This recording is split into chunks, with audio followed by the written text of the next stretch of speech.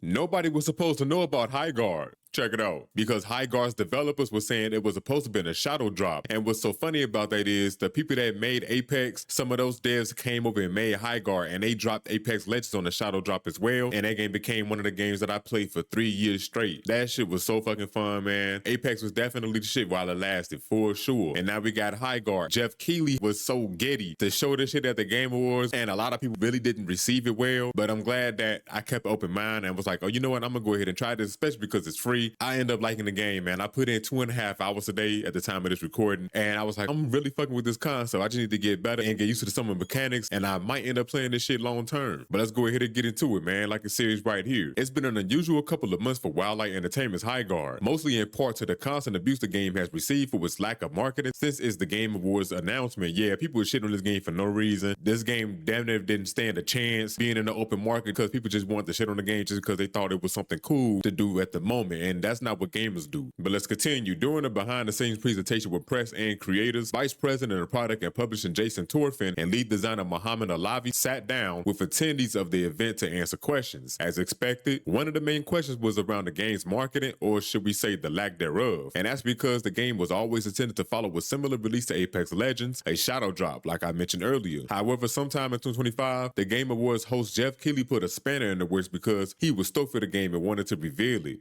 And this is what Torfin had to say. I think the fact that we're independent and that we're smart with how we run our business and build our teams means that we have those luxuries. We're not beholden to shareholders or any sort of other corporate shenanigans. And it allows us to have that sort of confidence. And it allows them to create what the fuck they want to make. And from the get-go, you can't bank on commercial success right out the gate. If you do that, you're probably going to fail most of the time. Yeah, man, you got to just rely on your creativity and your confidence within the game. Put it out there to the world and just let the people judge it for what it is. And you'll know if it's a good product or not. Continuing, he said, and that's why we were going to shadow drop. Let the game speak for itself. It was always the plan. And then, you know, Geoff came in the past year and he played the game. I mean, he really liked it and he was stoked. And he had an opportunity and we decided, okay, we could make a trailer that would be in our shadow drop. And so the one we put there at the Game Awards was the one that would be the first thing you saw in the shadow drop, followed by 25 minutes of other context. And unfortunately, that trailer wasn't meant to be the thing to educate. And again, I didn't even know how I felt about the game. I was very indifferent when I saw the trailer, but I was like, you know, it's going to be free when it comes out, so I'm definitely going to give it a chance. And like I said earlier, I'm glad I did because I really do like the game. It's pretty fun. But you let me know in the comments, would you have played Hygarde if it ended up being a shadow drop?